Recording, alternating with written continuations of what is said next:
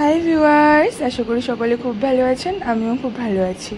সকলকে জানাচ্ছি good morning. আজ আমার নতুন একটি ভিডিওতে আপনাদের সকলকে ওয়েলকাম। চলে এসেছি একটা নতুন রেসিপি নিয়ে। বানাচ্ছি আজ সকাল সকাল দই কাতলা। তো চলুন দেখি কিভাবে বানিয়েছিলাম। প্রথমে কাতলা মাছগুলো ধুয়ে ভালো করে পরিষ্কার করে নিয়েছি। এদিকে কড়াতে সরষের তেল বসিয়েছি গরম করার জন্য। গরম হলে আমি বেরেস্তাটা ভেজে নেব প্রথমে। আর মাছগুলোকে নুন, হলুদ, লঙ্কার গুঁড়ো আর অল্প সরষের তেল দিয়ে একটু ম্যারিনেট করে নিচ্ছি। আমি জানি দই কাতলা জেনারেলি সাদা তেলে বানানো হয়, যেহেতু আমার বাড়িতে মাছ জিনিসটা সাদা তেলে কেউ পছন্দ করে না, তাই আমি সরষের তেলে বানাচ্ছি। যদি আপনারা আমার ভিডিওটি দেখে রেসিপিটি ট্রাই করেন, আপনারা কিন্তু অবশ্যই সাদা তেলেই বানাতে পারেন। তবে সরষের তেল দিলে স্বাদের কোনো হেরফের হয় না। তো সরষের তেলটা খুব ভালো করে কড়াতে গরম হয়ে গেলে আমি বেরেস্তাগুলো ভেজে নিচ্ছি। ওই জন্য আমি কুচানো পেঁয়াজগুলোকে তেলের মধ্যে দিয়ে নিয়েছি। এবার বেরেস্তা ভাজার পালা। অপরদিকে মাছগুলোকে ম্যারিনেট করে নিয়েছি। কাল থেকেই কাতলা মাছ ফ্রিজে আনা ছিল, তো এই জন্য ঠিক রাত্রি থেকেই ভেবে রেখেছিলাম বানাবো আজকে দই কাতলা। আর যেহেতু আজ হাজব্যান্ড সকাল সকাল অফিস, তো তাই ভোরবেলা উঠেই বানিয়েছি এই রেসিপিটি। তাই আপনাদের সঙ্গে একদম সকালবেলা এই রেসিপিটি শেয়ার করছি। তো এখানে দেখুন আমার বেরেস্তার জন্য পেঁয়াজ ভাজা একদমই কমপ্লিট। এবার কিছু মশলা বানিয়ে নেওয়ার পালা।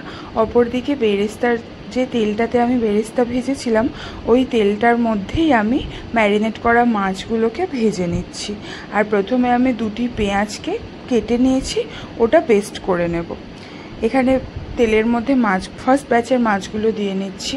এ তো আমরা সবাই জানি যে দই কাতলার জন্য মাছ বেশি ভাজতে হয় না, তো জাস্ট একটু রং ধরলে একটু সিদ্ধ হলেই আর কি তুলে নিতে হয়।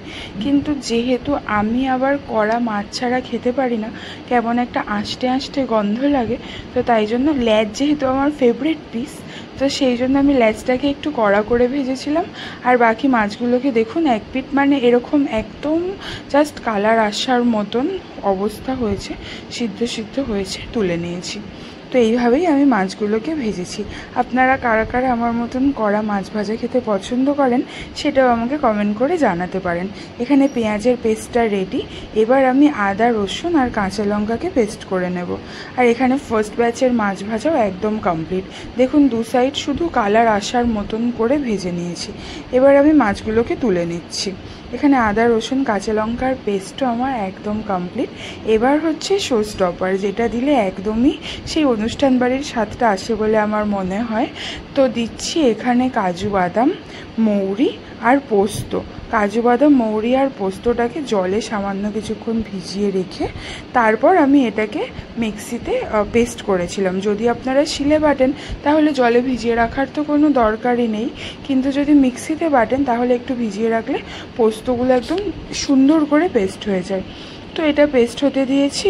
আর এদিকে সেকেন্ড ব্যাচের মাছগুলো আমি ভেজে নিচ্ছি। আর এই পর্যায়েতেই আছে আমার ফেভারিট পিস লেজা, যেটাকে আমি একদম কড়া করে ভাজবো। বাকি মাছগুলোকে আমি নর্মালি ভেজে নিয়েছি। আমার মতো আপনারা কারা কারা দই কাতলা খেতে ভালোবাসেন, সেটা আমাকে অবশ্যই জানাবেন।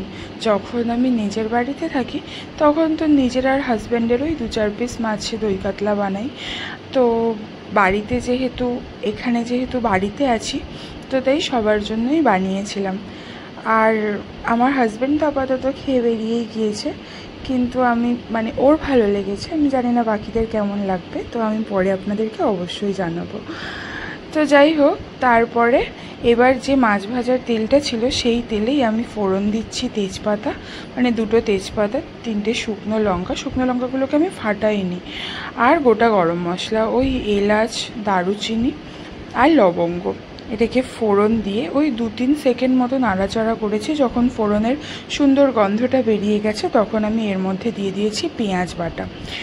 আমি জেনারেলি যে কোনো রান্না কুচানো পেঁয়াজে করতে বেশি পছন্দ করি। আমার মনে হয় তাতে স্বাদটাও ভালো হয়। আর পেঁয়াজ বাটা দেওয়াটা খুব টাইম টেকিং। যদি আবার ভালো করে না কষান তাহলে ঝোলের স্বাদটাই একদম বিচ্ছিরি হয়ে যায়। কিন্তু যেহেতু এটা দই কাতলা, তাই পেঁয়াজ বাটা তো দিতেই হবে। তো পেঁয়াজ বাটাটা দিয়ে আমি ভালো করে লাল লাল হয়ে তেল ছাড়া অবধি কষিয়ে নিয়েছি। তারপর আমি এর মধ্যে দিয়ে দিয়েছি আদা, রসুন আর কাঁচা লঙ্কার পেস্ট। যখন আদা রসুনের কাঁচা গন্ধটা চলে গেছে, ওটাকেও তেল ছেড়ে দিয়েছে, তখন আমি এর মধ্যে দিয়েছি অল্প জিরে গুঁড়ো আর অল্প ধনে গুঁড়ো দিয়ে এটাকে আমি আবার কিছুক্ষণ খুব ভালো করে কষিয়ে নিয়েছি মশলাটা আর কি, কাঁচা গন্ধটা যাওয়া অবধি। তারপর আমি এখানে দিয়ে দিয়েছি পরিমাণ মতো নুন দিয়ে এটাকে বেশ কিছুক্ষণ নাড়াচাড়া করে আমি এই রান্নাটায় একটু জল ব্যবহার করব, যেহেতু আমরা ভাত দিয়ে খাবো। আর আমার বাড়িতে আমার বাবা বা আমার হাজব্যান্ড, আমার কাকা, এরা ভাতের সঙ্গে ঝোল না হলে খেতে পারে না, তো এই জন্যই আমি জল দিয়েছি। যদি আপনারা ভিডিওটি দেখে রেসিপিটি বানান তো আপনারা এখানে জল চাইলে নাও দিতে পারেন। জলটা দিয়ে ভালো করে ফুটে যখন তেলটা ছেড়ে গেছে, তখন আমি দিয়ে নিয়েছি পোস্ত, মৌরি আর কাজু বাদামের যে পেস্টটি সেটা। এবার এটাকে ভালো করে ফুটিয়ে তেল ছাড়া অবধি ওয়েট করব। আর মিক্সি ধোয়া যে জলটা সেটাও আমি এর মধ্যে ব্যবহার করেছি। তারপর এটাকে ভালো করে ফুটিয়ে নিচ্ছি। অপর দিকে দইটাকে আমি মিক্সিতে একটু ভালো করে ঘুরিয়ে নেব। আচ্ছা, এটা কিন্তু মানে হাত দিয়ে ফেটিয়েও দেওয়া যায়, কিন্তু আমার কাছে অনেক বেশি সময় ছিল বলে মনে হচ্ছিল, তাই জন্য আমি মিক্সিতে একটু ভালো করে ফেটিয়ে নিয়েছি দইটাতে, তাতে আর একটু বেশিই ফেটানো যায়। এখানে দেখুন তেলটা খুব সুন্দর করে ছেড়ে দিয়েছে, মানে মশলাটা ভালো করে কষে গেছে, ঝোলটাও একটু গাঢ় হয়েছে আর কি। এই পর্যায়ে আমি গ্যাসের ফ্লেমটা একদম লো করে দই যে ফেটানো দইটা আর কি সেটা এর মধ্যে দিয়ে নিয়েছি। এবার দইটা ভালো করে ফুটিয়ে নিয়ে মানে এই মশলাগুলোর সঙ্গে কষিয়ে নেওয়ার পালা। তো এখানে দইটা আমি ভালো করে কষিয়ে নিচ্ছি। তো আপনারা কে কীভাবে দই কাতলা বানান বাড়িতে আমাকে অবশ্যই কমেন্ট করবেন। প্রথমে আমি এই জিনিসগুলো দিতাম না, আমি এর মধ্যে চারমগজ, তারপরে জায়ফল, জয়িত্রী বাটা এইসব অ্যাড করতাম।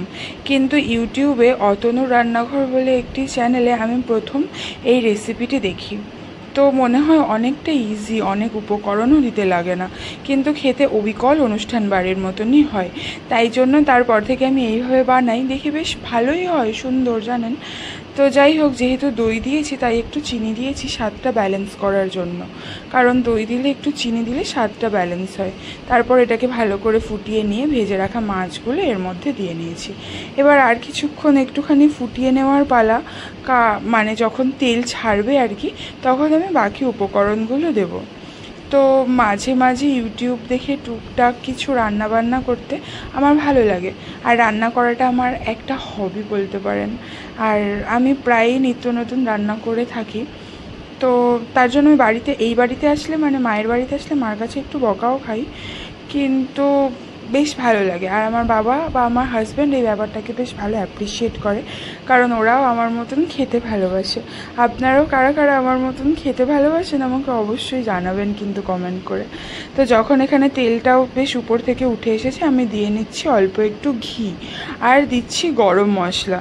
এখানে আমার হাজব্যান্ড আবার বাটা গরম মশলা খেতে পছন্দ করে, কিন্তু শরীর আর সময় দুটোরই যেহেতু মানে একটু বড়ই অভাব আর কি, শরীরের সেই স্ট্যামিনার সময়ের যেহেতু অভাব, এই জন্য আমি এখানে গুঁড়ো গরম মশলা দিচ্ছি। আপনারাও গুঁড়ো গরম মশলা দিলে স্বাদের কোনো হেরফের হয় না, ভালোই হয়, কিন্তু আমার হাজব্যান্ড একটু বেশি আবার, তো ওই জন্যই আর কি গোটা গরম মশলাকে বেটে আমাকে যে কোনো রান্নাতে দিতে হয় ওর জন্য। যাই হোক, তারপর একটু ভালো করে ফুটিয়ে নিয়ে আমি এখানে দিয়ে নিচ্ছি কাঁচা লঙ্কা কুচি, আর যে পেঁয়াজটা আমি বেরেস্তার আকারে ভেজে রেখেছিলাম সেই বেরেস্তাটা আমি এর মধ্যে এবার ছড়িয়ে দেব।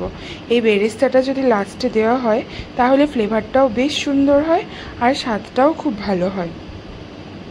তো তাই এখানে বেরেস্তাটা দিচ্ছি। বেরেস্তাটা একদমই অপশনাল, এটা নাও দেওয়া যেতে পারে। তারপরে ওই 2-3 সেকেন্ড মতো নাড়াচাড়া করে একটু ফুটিয়ে নিয়ে আমি এই রান্নাটা এখানেই কমপ্লিট করছি। এটা